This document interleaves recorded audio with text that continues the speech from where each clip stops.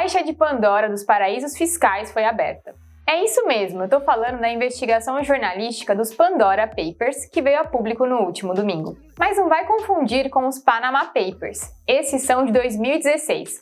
A premissa, na verdade, é a mesma, só que agora a investigação é muito maior. Cerca de 600 jornalistas se debruçaram sobre um vazamento de 11,9 milhões de documentos de 14 escritórios de advocacia. São registros financeiros privados que revelam o uso do sistema offshore para potencialmente esconder milhões de dólares de autoridades fiscais, credores e investigadores criminais. Esses documentos mencionam nada menos do que 14 políticos na ativa, 21 que já deixaram o cargo e estrelas como Shakira, Julio Iglesias e Guardiola. Também aparecem membros da elite chinesa e figuras da família real da Arábia Saudita. Mas vamos por partes, porque nem todo mundo sabe o que é o sistema offshore. Meu nome é Yolanda Paz e neste vídeo vou explicar o que está vindo à tona com os Pandora Papers. A expressão offshore se popularizou para designar empresas constituídas nos chamados paraísos fiscais, que são aqueles países com taxas e impostos inexistentes ou muito baixos. A legislação desses lugares é desenhada justamente para atrair interessados em esconder valores e patrimônio em geral. Offshore significa literalmente fora da costa, no mar. Esse nome surgiu porque os paraísos fiscais costumavam ficar em ilhas ou em regiões costeiras. Hoje, offshore significa qualquer lugar que não seja o país de residência do cliente. Assim, enquanto a maioria das pessoas está sujeita às leis de onde vive, o sistema offshore permite que magnatas sigam os regulamentos financeiros de outro país, mesmo que não morem lá. Nos Pandora Papers estão sendo investigadas operações em lugares como Belize, Ilhas Virgens Britânicas, Singapura, Chipre e Suíça, bem como nos estados americanos de Dakota do Sul, Delaware e outros. E qual é a principal vantagem de enviar dinheiro e outros ativos ao exterior? Normalmente as empresas offshore oferecem mais privacidade do que outras instituições financeiras.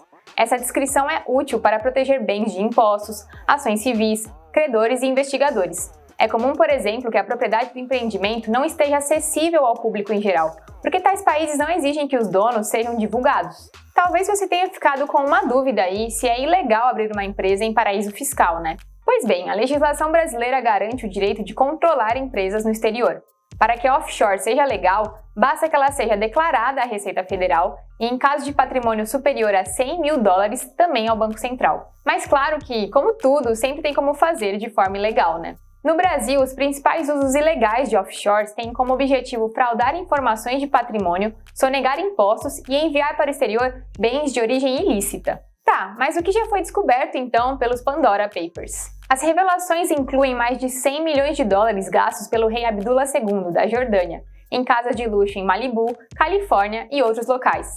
Há também milhões de dólares em imóveis e dinheiro de propriedade secreta dos líderes da República Tcheca, Quênia, Equador e outros países. Tem também uma casa à beira-mar em Mônaco, adquirida por uma mulher russa que ganhou uma fortuna considerável depois de ter tido um filho com o presidente Vladimir Putin.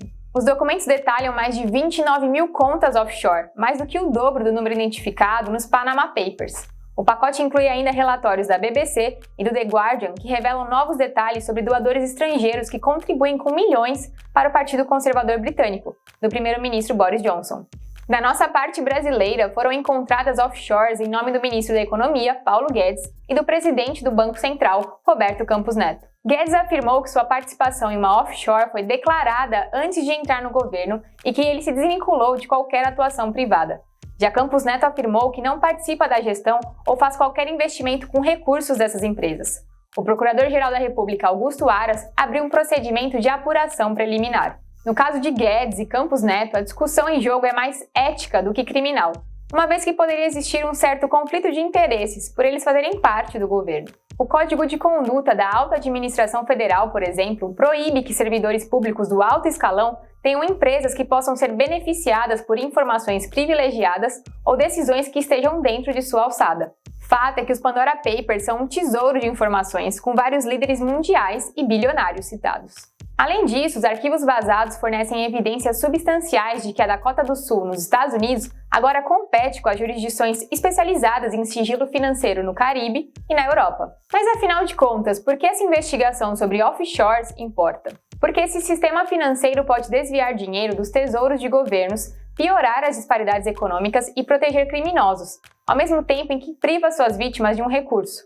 Há na lista dos Pandora Papers acusados de roubo de dinheiro ou exploração de recursos naturais. Outros enfrentaram sanções internacionais por seus laços com autocratas e corrupção política. Então, fiquem ligados nas revelações do Pandora Papers e se quiserem saber mais, não deixem de acessar o portal do Estadão. Eu vou ficando por aqui, até o próximo vídeo.